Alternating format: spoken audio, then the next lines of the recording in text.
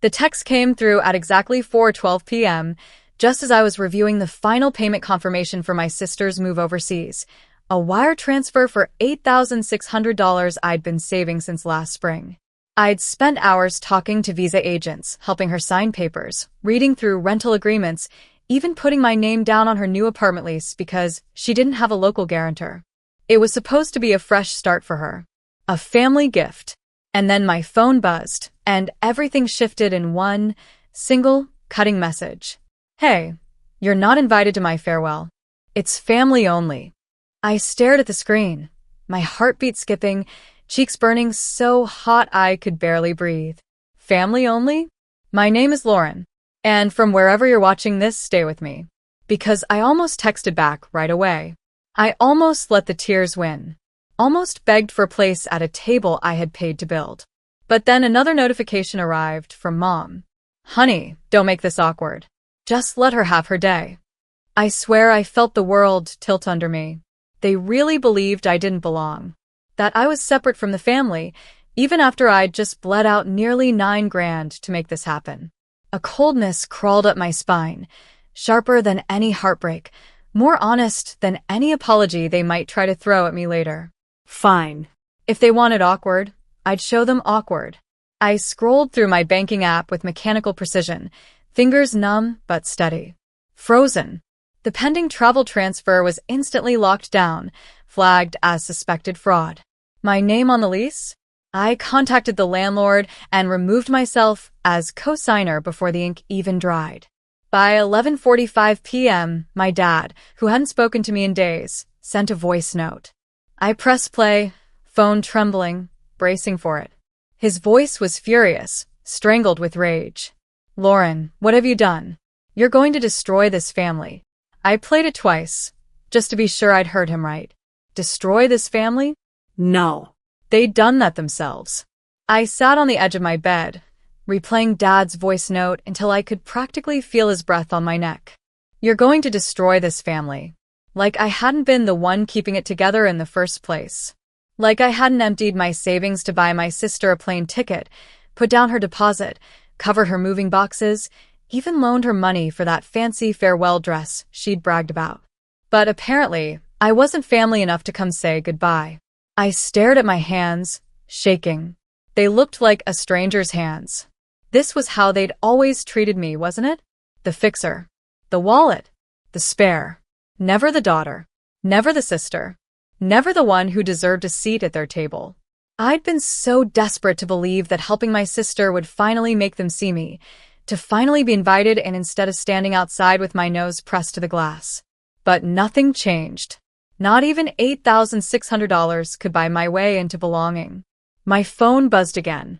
Mom, this time, texting like nothing was wrong. Don't make this harder. Your sister deserves a happy send-off. Happy. With whose money? I felt something solid and final click into place inside me, like a deadbolt turning. Fine. She could have her party. She could have her family. But she'd do it without my funds. I scrolled through the landlord's messages, confirming my name was off the lease. They'd have to scramble for a new guarantor in 2 days or lose the apartment. I checked the bank again. The wire was still frozen. No chance to withdraw. A second wave of messages came in, now from my sister. Why are you ruining this for me? I trusted you. You always have to make it about yourself. Don't do this to me, please. Each word dripped with entitlement, with that lazy cruelty people use on someone they think will always forgive. But I wasn't forgiving this. Not this time. The quiet of my apartment pressed in around me, and I let it steady me. Because if they were going to treat me like an outsider, I was going to act like one. I was going to protect myself, my finances, my sanity, even if it meant watching them unravel. And for once, I felt nothing but relief at the thought. I barely slept that night, turning every word over in my head until it felt like acid on my tongue. Family only. Don't make this harder. Why are you ruining this for me? It was as if they'd all gathered to script the most perfect betrayal. One final proof that I was only useful so long as I stayed quiet, paid up, and disappeared. I watched the minutes crawl past on my phone until 3 a.m., unable to close my eyes. Every time I tried, I saw my sister's laughing face, the way she'd posted about her new life and all the dreams she'd been blessed with, never once mentioning who had paid for it. Me. I'd worked 2 jobs for over a year, barely letting myself buy new shoes, skipping nights out with friends, cutting coupons, just to make this happen for her. And I wasn't even invited to the farewell party? I felt something curdle in my chest, equal parts heartbreak and rage. No more. I opened my laptop, scanned through my folders, and found every receipt. The tickets, the visa documents, the housing deposits, the moving van. My money. My signature. My guarantees. I sent a short, cold email to the airline, attaching the payment hold notice.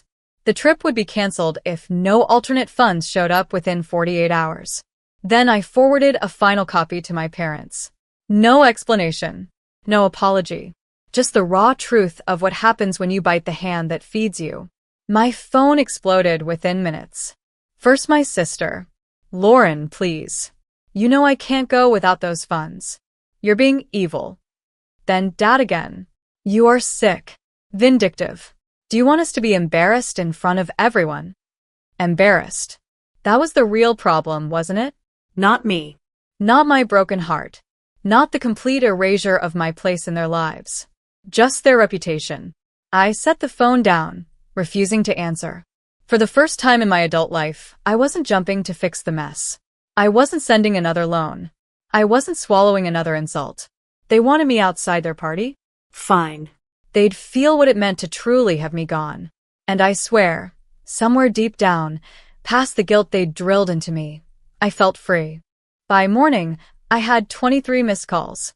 My sister tried every angle in her arsenal. Rage, tears, guilt, back to rage again. It was like watching someone flip through a Rolodex of manipulation, desperate to find one that still worked on me. But none of them did.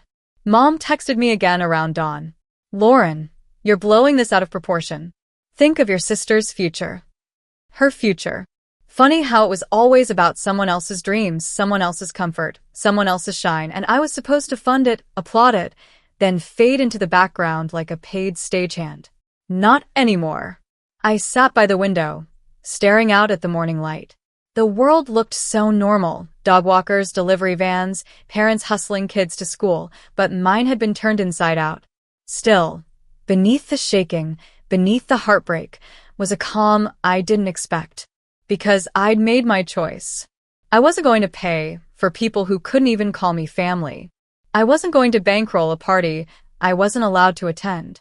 I wasn't going to co-sign away my own future just so they could brag. They'd called me dramatic, vindictive, jealous. Fine. If protecting myself meant they'd paint me as a villain, then so be it. I'd rather be the villain in their story than keep playing the victim in mine. Around 9 a.m., Dad's name lit up my phone again, and this time I answered, because I needed to hear it straight from him. His voice was already shaking with fury. Lauren, fix this. You're humiliating us. What will people think when she can't leave? You promised you'd help. I took a long, steadying breath. I did help, I answered. I helped more than anyone ever should have. And then you told me I wasn't family enough to say goodbye. Silence on the other end. It's her day, Lauren, he finally ground out. Why make it about you? My throat felt raw, but I stood my ground. You made it about me the second you told me I didn't count. His sigh was a rattled, disappointed echo. If you go through with this, you're dead to us. I felt a jolt, a lifetime of fear and dread around those words. Dead to us. But instead of panicking, I felt relief. Noted, I said, calm as glass. Good luck finding someone else to pay. Then I ended the call, set the phone face down, and let the quiet settle around me like armor. They could throw their tantrums, spin their stories, poison every relative's ear. I was done. And for the first time in years, I felt like I could finally breathe. The day went on like a slow-motion car crash. My phone kept pulsing with messages that grew meaner and more frantic by the hour. Each ding felt like a test, like they were prodding me to see if I'd break, if I'd cave the way I always had. But I didn't. Because every time I looked at those words, you're dead to us. Think of your sister. You're humiliating the family. I remember the text that started it all. Family only. I'd read that line so many times, it was etched into my bones. Family only. They meant everyone but you. That truth burned through every apology they tried to force, every manipulation they twisted around me. I wasn't family to them. I was a tool, a checkbook, a silent background extra. No more. In the afternoon, my sister tried a new angle, voice sugary and soft on voicemail. Lauren, I know you're upset. You always take things so personally. But please, please don't ruin this for me. I need this fresh start. Fresh start. That fresh start had my name and my money stamped all over it. I didn't reply. Instead, I sat down at my tiny kitchen table with a mug of stale coffee and let myself feel everything. The betrayal, the rage, the grief, the final cutting loss of a family I had tried so hard to believe would one day love me. It was grief, but it was also liberation. Because once you see the truth, you can't unsee it. Once you hear your father say you're dead to us for refusing to bankroll a party you're not invited to, there's no going back. I checked the travel freeze again, still locked. No one had managed to break it. The landlord confirmed in another email that the apartment lease would collapse without my name on it, and my sister hadn't found a replacement. Their perfect farewell was crumbling around them, and they were terrified. Good. They needed to feel what it was like to be disposable, to be pushed to the edge of the family's story and told they didn't belong. I'd lived my entire life on that edge. Now it was their turn. As evening settled in, I made myself a cheap dinner, noodles, nothing fancy, and sat in the quiet, phone on silent, windows open to the cool air. The peace felt almost unnatural at first, but slowly, breath by breath, it started to feel like freedom.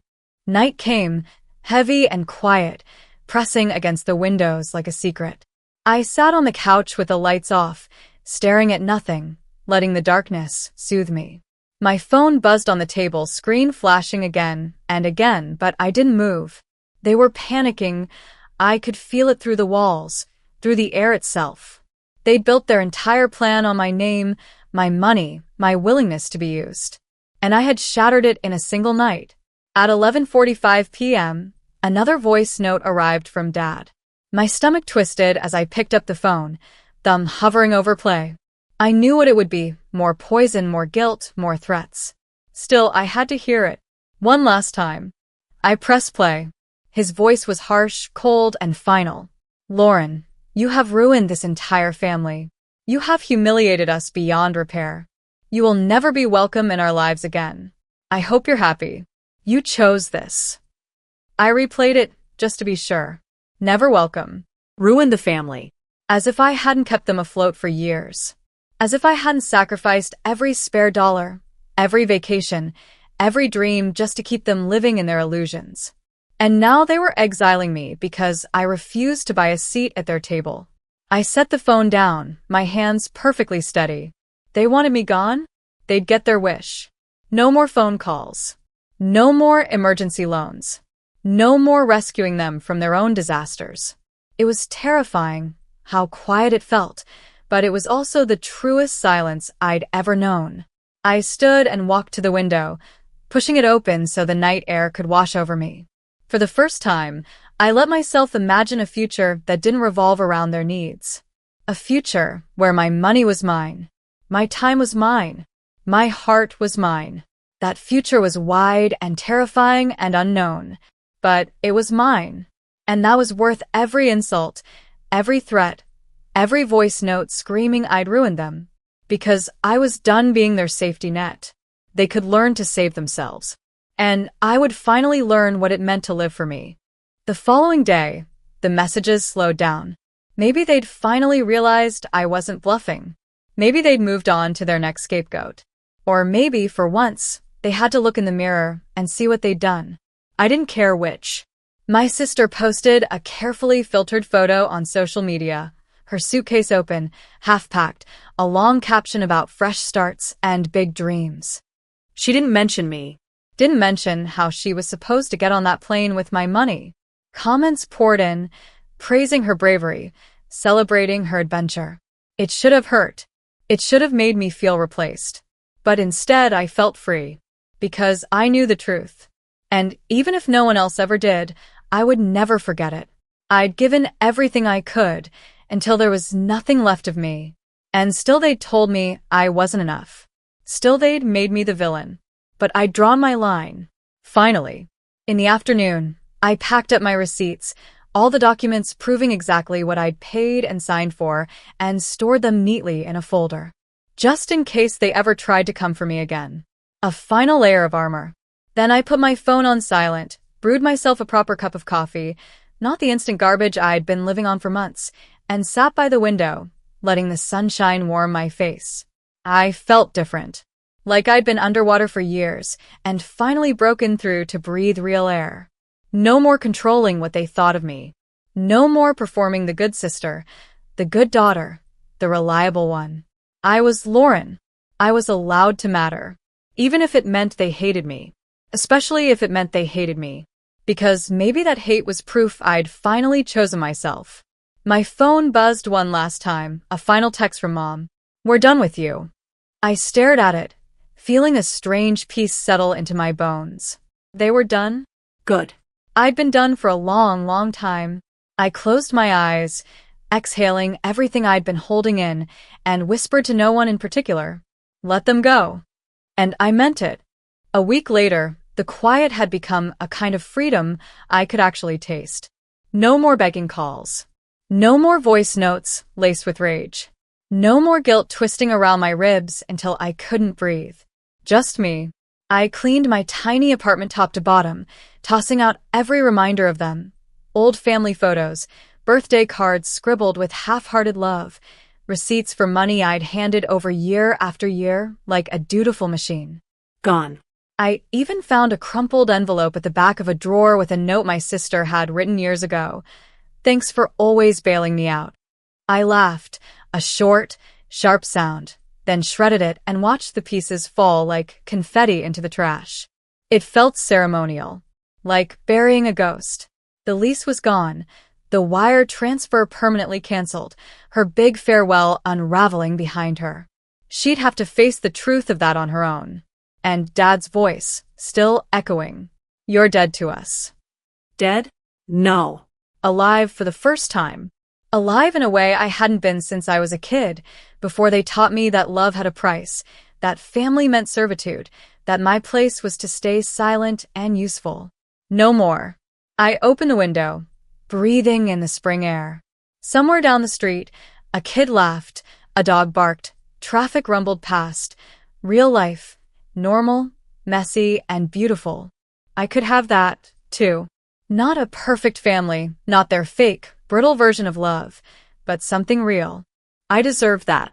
My phone lit up one last time with a final, desperate voicemail from Dad. I didn't even listen. I deleted it without a second thought. My life was no longer up for negotiation. I made myself a simple dinner, poured a glass of wine, and sat down in the quiet, feeling the weight of peace settle across my shoulders like a warm blanket. I was alone, and I was safe. And if that meant I'd lost them forever? Good. Because I had found myself. And there was no price too high for that.